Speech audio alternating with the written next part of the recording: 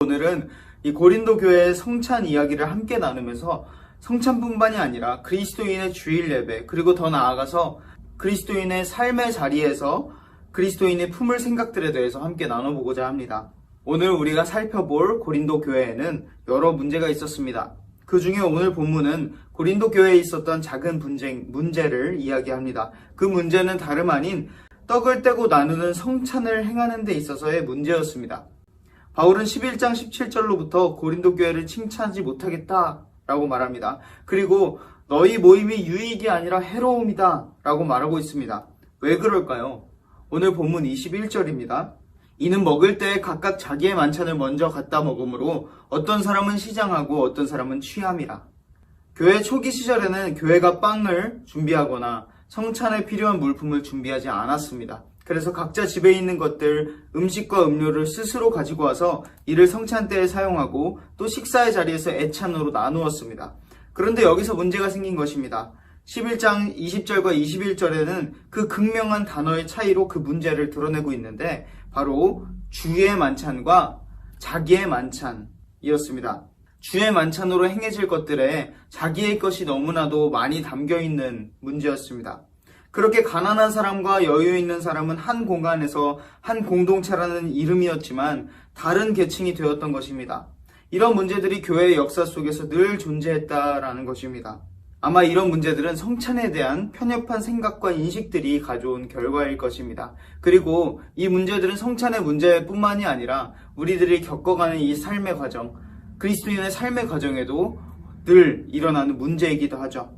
여러분, 우리는 주로 어떤 성찬을 해왔나요? 성찬이라는 것을 한번 곰곰이 생각해 보세요. 성찬이라고 이야기하면 어떤 이미지가 먼저 떠오르시나요? 무거운 노래, 엄숙한 분위기, 아마도 우리가 대부분 경험하는 성찬은 그리스도의 고난의 중심에 두고 있었을 겁니다. 그런데 과연 성찬은? 아니, 그보다 더 넓게 성찬의 시간에 가장 극대화되는 십자가의 기억이 과연 고난만 담아내고 있을까요? 사도행전 2장 46절에는 초기 교회들이 떡을 떼고 교회 활동을 한다는 이 문장에서 기쁨이라는 단어와 함께 사용되고 있습니다. 또한 요한복음 20장 19절에서 20절에 부활하신 예수님이 제자들 앞에 나타나셨을 때 그 안식 후 첫날, 지금으로 말하면 이 주일 예배의 날에 기뻐하고 있었습니다. 물론 예수께서 잡히시기 전 제자들과 함께 나눈 성만찬의 기억은 무겁고 떨리고 십자가에 오르기 전 우리를 위한 그 고난에 집중한 것이 사실입니다. 그러나 예수님의 부활을 경험한 이들, 믿는 이들에게는 십자가가 이중의 역설의 의미를 가지게 되죠. 그것은 함께 할 수 없을 것 같은 죽음과 부활입니다. 우리가 경험하는 성찬도 이런 것이 되어야 합니다. 오늘 고린도 교회의 성찬에 대한 사람들의 마음은 같은 기억을 공유하는 한 공동체에서는 나올 수 없는 것이었습니다. 기쁨보다는 자신의 것을 생각하던 자기의 만찬이었습니다. 예수를 기억하기보다 자신의 것을 나누지 못하는 욕심이 담겨 있었습니다. 성찬을 아무리 행해도 그 속에 기쁨이 없었다는 것입니다. 사실 이 경덕 청년의 그 놀라운 행동을 경험한 저 역시도 기존에 생각하던 성찬에 갇혀 있었습니다. 엄숙해야만 하고 웃지 말아야 하고 그리스도의 고난만 기억하던 성찬 말입니다. 그런데 곰곰이 그 일들을 떠올리고 이 채팅창을 보면서 웃고 있는 교우들 그리고 목사님을 봤을 때 우리가 성찬으로 기억할 것이 십자가뿐만 아니라 부활도 함께 기억하는 이 아름다운 기억이구나 라는 것을 다시금 상기하게 되었습니다. 성찬뿐만이 아닙니다.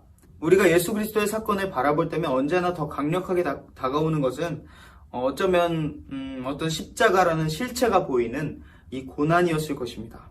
그러나 그리스도 사건의 핵심은 십자가와 더불어 부활임을, 이 두 반대의 역설임을 우리 마음속에 다시금 확고히 해야 합니다. 우리는 그리스도를 기뻐해야 합니다. 그것이 당연한 것입니다. 그럼에도 우리는 너무나도 예배 가운데 기쁨이라는 이 천국잔치를 미리 맛본다는 그 기쁨을 잊어가고 있는 것 같습니다. 제자들이 안식 후 첫날, 즉 우리가 일상적으로 맞이하는 예배의 날, 주일에 부활하신 예수님을 보며 기뻐하는 것처럼 우리는 기쁨의 예배를 드려야 합니다. 십자가와 동시에 부활을 기억하고 기뻐합시다. 그때 예배와 성찬뿐만이 아니라 우리 그리스도인의 삶에도 부활의 기쁨과 소망이 경험될 수 있습니다. 십자가와 같은 상황에 있을지라도 그 상황 속에서 주님께서 준비하고 계획하고 함께 하실 그 부활의 가능성들이 알알이 그 속에 박혀 있었음을 우리가 볼 수 있게 될 것입니다. 부활의 주님이 내 삶에 함께 하시는 이 기쁨 사건이 바로 그리스도 사건임을 깨닫게 될 것입니다. 그러므로 우리 기뻐합시다. 십자가를 볼 때, 예배를 드릴 때, 성찬 예식을 경험할 때, 찬양할 때, 기도할 때, 우리의 일상을 살아갈 때 부활을 봅시다. 부활을 기쁨으로 기념하고 기억하는 예배와 생각들이 쌓여갈 때 우리는 그 기쁨의 사건을 나의 사건으로, 우리 삶의 기쁨의 역설로 경험하게 될 것입니다.